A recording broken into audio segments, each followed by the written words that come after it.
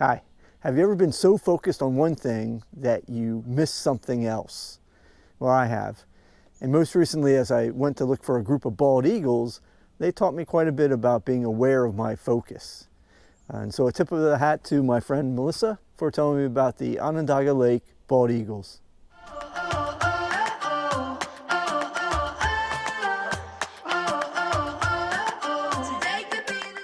Onondaga Lake is one of the 11 New York Finger Lakes. The city of Syracuse, the Salt City, wraps around the southeast section of Onondaga. The lake itself is 4.6 square miles and a maximum depth of 63 feet. Once a desirable vacation and tourist attraction, industrial growth and related population would result in pollution, which would cause swimming to be banned in 1940 and fishing in 1970. Cleanup would start about that time, and the fishing was reopened in 1986, but with consumption limits. And while there's been major improvements in the wastewater treatment entering the lake, the water that currently enters the lake is at an elevated temperature, and this keeps an area of the lake from freezing over, which in turn makes it an attractive wintering area for many bald eagles wishing to feed on the fish in the open water. There are links in the description about the Onondaga eagles, including a link to the wonderful Facebook group. Many of the bald eagles you see are juveniles. That's why you don't see the classic white head and white tail of the mature eagles. Typically it takes 4 to 5 years for full maturity. You also notice the change in the color of the beak, but even still relatively early, the classic curved beak of the bald eagle will form. These juveniles won't mate. They're still figuring out life perhaps, but they do have to eat, and with that they spend a lot of time fishing. You'll see the eagles perch on the pylons and trees, then fly, soar, and dive. How they manage to snatch a fish in the water amazes me. Though they don't always get the fish, and when they do, there are others who might want to take it from them. And so you also get a show of these aerobatic dogfights over a fish.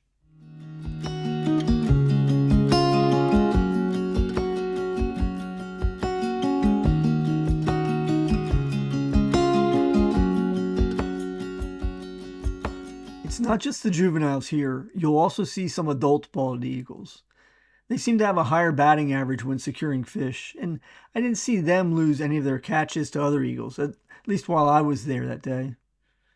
There were moments where there wasn't any action. Perhaps fishing, even for eagles, takes a degree of patience that is lost in our short attention span lives. I did miss a few moments of action because I stopped to check the last picture I took. You see, I'm not a photographer, I'm a picture taker. There are real photographers there, some with equipment worth more than my car.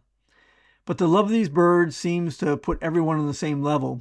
Everyone is friendly, courteous, and helpful. While everyone waits for eagle action, especially from the adults, there's a risk of being over-focused. I started down that path until, out of the corner of my eye, I saw an American crow. Just a crow. They seem to hang around, but they're so pedestrian compared to the majestic bald eagles. The crow gets less attention. But as I looked, I saw this crow in the water. He had a fish. How did he get it?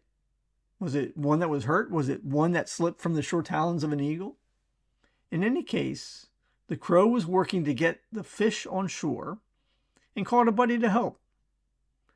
And then, as I continued to watch, a gull came in. My birding skills are unsure, so maybe a herring gull or a young greater black-backed gull. Now, he wanted in on the fish, and you know how gulls can be.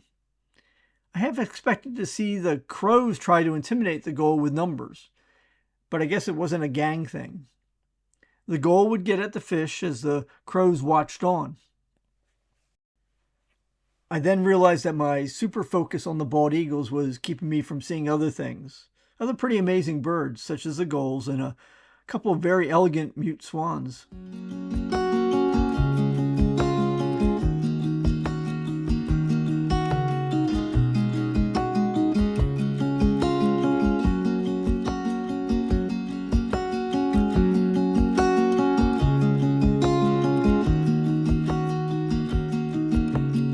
So a day with bald eagles taught me that being overly focused can be bad.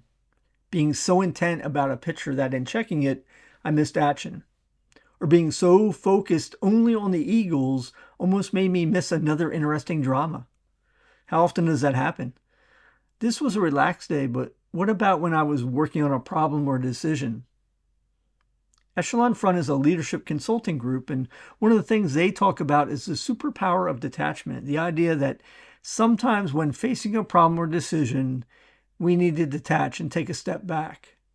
We need to widen the aperture of our vision and take in additional information. And this day on the lake was a good reminder of that for me. Now, I've also remembered that it goes beyond traditional leadership. We've often talked about my mom's ability to notice what others missed. In particular, notice people that may be getting overlooked and helping to make them feel loved. My sister has that trait too. Well, if you've made it to this part in the video, you've focused pretty long. Take a step back, widen your view. Let me know in the comments if detaching helps you any, or just leave a comment to say hello. I appreciate you all for sharing your time with me, and have a great day, my friends.